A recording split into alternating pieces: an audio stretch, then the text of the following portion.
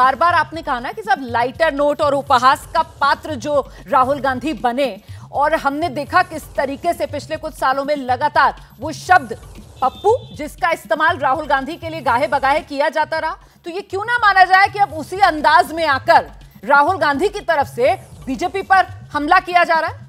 जिस तरीके से राहुल गांधी को घेरा गया, अब वही अंदाज राहुल गांधी अपना रहे हैं बीजेपी पर वार करने के लिए, वो पनौती ले आए हैं।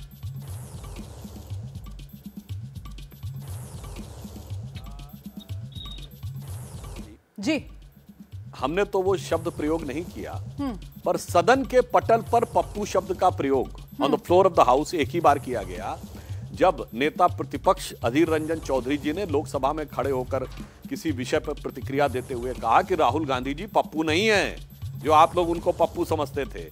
तब हमारे गृह मंत्री अमित शाह जी ने तुरंत खड़े होकर उसका प्रतिवाद किया कि आप किसी माननीय सांसद के लिए इस प्रकार के शब्द का प्रयोग नहीं कर सकते हैं, हम किसी सांसद के लिए ऐसा शब्द प्रयोग नहीं करना चाहता और मैं अपेक्षा करता हूं कि ये अपना शब्द वापस लें या कर। तो हमने तो फ्लोर ऑफ द हाउस पे सदन के पटल पर उस शब्द का प्रतिकार किया, मगर अब क्या बताएं, अब जो लोग खुद ही समझना चाहते हैं उड़ता तीर अपने ऊपर ले लेते हैं। हाँ। वो उनकी अपनी समस्या है। नहीं बिल्कुल, क्योंकि अभी इस शो की शुरुआत में भी अतुल जी हमारे साथ हैं और उनकी तरफ से मूर्खों का सरदार और पप्पू ये तमाम शब्द जो बोले गए हैं, तो फिर तो अतुल जी वही बात जो सुधांशु जी कह रहे हैं, क्यों ना कहा जाए कि कहीं पर बीजेपी के बड़े नेताओं की तरफ से तो नाम जोड़कर राहुल गांधी का इन शब्दों का प्रयोग नहीं किया गया, तो क्या ये उड़ते तीर कांग्रेस खुद ही अपनी तरफ ले रही है क्या सर?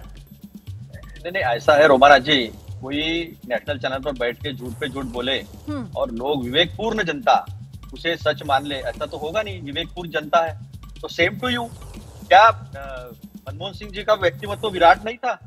चोर कहा गया पार्लियामेंट में उन्हें, और सारे लोगों के सामने कहा था, उन्होंने विवश होकर कहा था, दुखी होकर कहा था कि एक दिन इतिहास मेरे बारे में सही लिखेगा, मेरे साथ न्याय करेगा। एक दिन नहीं, उनके साथ इतिहास ने इमीडिएट न्याय किया और पता चल गया कि मनमोहन सिंह जी ने कहा लेके रखा था। G20 के 2011 के अमेरिका में खुद ओबामा जी ने कहा था कि when he speaks world lessons. अब मैं बताता हूं, अगर एक बार की हार कि अगर पनौती जैसा ये शब्द बोल रहे उन्हें लग जाता है, तो फिर क्या अटल बिहारी वाजपेयी जी को भी लगा दूं मैं? वो क्या मैं अडवाणी जी को भी लगा दूं? ना कौन नहीं हारा है, ना बहुत लोग हारे हैं। पार्टी इनकी भी दो पे थी।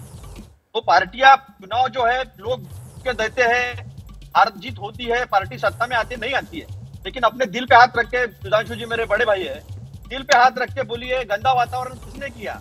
2014 के पहले देश एग्जिस्ट नहीं करता था।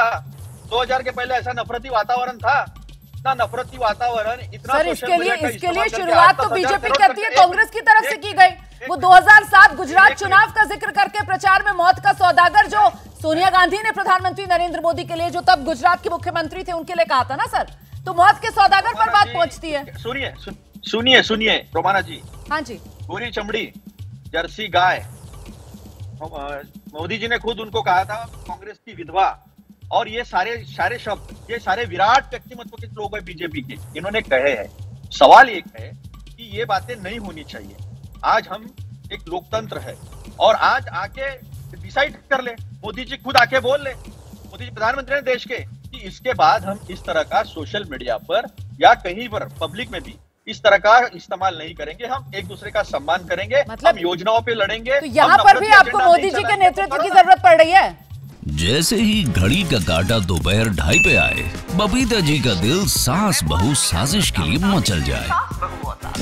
और ये है इनकी बहू, पूरे दिन ऑफिस की टेंशन हो जाए गॉन जब ये करें अपना फेवरेट शो फ्री टाइम पे ऑन। इनकी तरह आप भी देखिए अपना फेवरेट शो अपने टाइम पर और डाउनलोड कीजिए एबीपी लाइव ऐप अपने स्मार्ट टीवी पर।